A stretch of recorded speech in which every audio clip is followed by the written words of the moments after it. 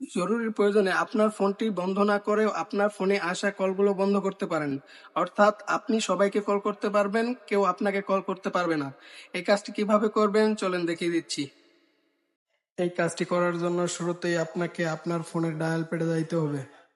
এখানে এসে ডায়াল করতে হবে *221#।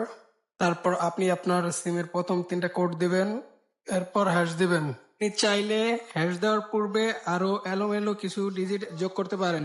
ডায়াল করার পর ঠিক এরকম একটি পপ আপ আসবে, আর এখানে যে সার্ভিসটি চালু করতে যাচ্ছি ওই সার্ভিসগুলো অন লেখা আসবে। এখন এটিকে যদি আমরা ক্যান্সেল করতে চাই তাহলে আমরা ডায়াল প্যাড থেকে আবার ডায়াল করব *21#। ডায়াল করে ওকে প্রেস করব, তাহলে সেটিংসটা ক্যান্সেল হয়ে যাবে। চালু রাখলে অপর প্রান্ত থেকে আপনাকে যদি কেউ ফোন দেয় তাহলে তার ফোনে বলবে এই নাম্বারটি আর ব্যবহৃত হচ্ছে না।